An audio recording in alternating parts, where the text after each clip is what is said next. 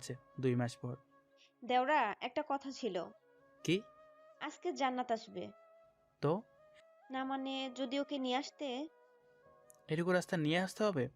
বাবার ট্রান্সফার হয়েছে, কিন্তু জান্নাতের ভার্সিটি চেঞ্জ করা হয়নি, তাই একেবারে এই বাসাতে আসবে। আচ্ছা, আমি নিয়ে আসবো। ধন্যবাদ। অফিসে গেলাম। তোমাকে তো মা বাবা কখনো কাজ করতে দেয়নি, তাহলে তুমি সব কাজ করো কেন? সব কথা জানতে হয় না। আমি তোর বড়? তাহলে করতে থাকো। বাসায় মা বাবার সাথেও কম কথা বলে। সেটারও কারণ আছে। এখন লেট হচ্ছে।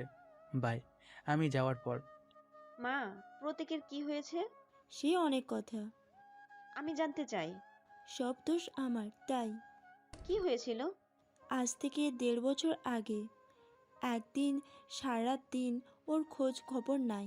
ওই দিন তোদের 2 ভাইকে কোম্পানিতে পরিচয় করে দেওয়ার কথা ছিল, কিন্তু ও বাসায় আসতে রাত করে। সারাদিন ফোন বন্ধ ছিল। ও আবার ওর বাবার অ্যাকাউন্ট থেকে টাকাও পাঠিয়েছে। সব দেখে তোমার শ্বশুর অনেক রেগে যায়। সব সময় তো আমার টাকা নষ্ট করবে। কখনো ইনকাম করেছিস? কত কষ্ট হয় জানিস? মা, তুমি আমার কথাটা কি শুনবো? কোনো দায়িত্বজ্ঞান তোর নাই? তোর ভাই আর তোর বাবা সারাদিন কষ্ট করে ইনকাম করে, আর তুই সারাদিন তা নষ্ট করিস। গিয়েছিলাম ভাইয়ার কাজে, তাই দেরি। ভাইয়ের বন্ধু নেহাল ভাইয়া অ্যাক্সিডেন্ট করেছে। ভাইয়া যেতে পারবে না, তাই গিয়েছিলাম। এই নিয়ে এত বড় কথা? আসলে সমস্যা নাই, আপনাদের কিছু বলবে না। বোঝানোর জন্য ধন্যবাদ। এরপর থেকে আমাদের সাথে কথা কম বলে। যদি তোমার শ্বশুরের অফিস বা শপিং মল হয়, তবে শুধু ভালোভাবে কথা বলে, যাতে ওর বাবার অসম্মান না হয়। মাঝে মাঝে যে দেখি আপনাদের সাথে ইয়ার্কি করে। রবিনের জন্য। রবিন জানলে এইভাবে কষ্ট পেত যে ওর জন্য সব হয়েছে, তাই রবিন আশেপাশে বা কলে থাকলে তখন স্বাভাবিক হয়ে যায়। এত কিছু হচ্ছে বাসায়? এরপর থেকে ও ওর বাবার কোম্পানিতে চাকরি করে, তাও বেতন নিয়ে।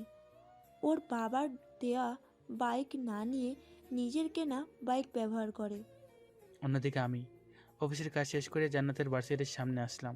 কিছুক্ষণ পর, আচ্ছা, এখানে গার্লফ্রেন্ড নাকি? হুম হুম। ওই জিনিসটা আমার নেই। তাহলে? বাবির বোন নাকি বাসায় শিফট হবে, তাই তাকে নিয়ে আসলাম। ও মা, আমার জন্য নাকি স্যার নিজে এসেছেন? তাহলে চলে যাই? তা কখন বললাম? আচ্ছা চলেন। বাসা থেকে কিছু জিনিস নিতে হবে। আপনাদের বাসায় যাব। একটা কথা বলবেন? কি? আপনি সারাদিন এত অফিসে থাকেন কেন? আমি অফিসে থাকি, তা আপনি জানেন কিভাবে? আপুর কাছে আপনার কথা জিজ্ঞাসা করলেই অফিসে। কাজ থাকে তাই। আপনারও তো বয়স কম হলো না, বিয়ে কবে করবেন? ভাবিনি কখনো, যেদিন সুযোগ পাবো। আজকে আপনাকে আলাদা লাগছে। কারণ আমি আলাদাই। কয়েকদিন সবার সাথে মিশে চলবো, কাউকে প্রমিস করেছিলাম। আর প্রমিসের সময় শেষ। এমন কেন আপনি? হুম হুম। সবাই মনে করে বড় লোকের ছেলেরা সব সুখ পায়। তারা একটা জিনিস পায় না, ভালোবাসা।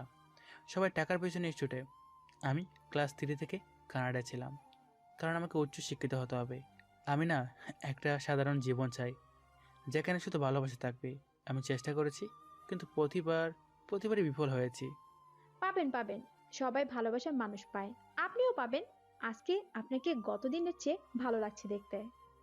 মানে? গতদিনের শার্ট ছাড়া কোট থেকে ভালো। আপনার ইলিয়াসের কি খবর? আমার ইলিয়াস মানে? আপনার ইলিয়াসই তো।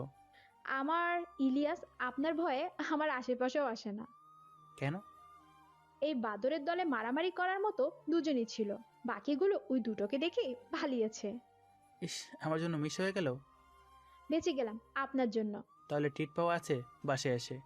ভাবি, আমি ঘুমোতে গেলাম। এই অবেলায়? রাতে কাজ আছে একটু, আমার রুমে চলে আসলাম। অন্যদিকে একটা সত্যি কথা বলতো, কি? প্রতীককে পছন্দ তোর? এই কথা কেন মনে হলো? ওর বাইকে যেভাবে বসেছিলি। তোমার দৌড়া, যেমনে চালাও। তোর ভাব ভালো না। আমার ওই কিউট দেবরটার জীবন নষ্ট করিস না। তোকে তো আমি, দাঁড়া,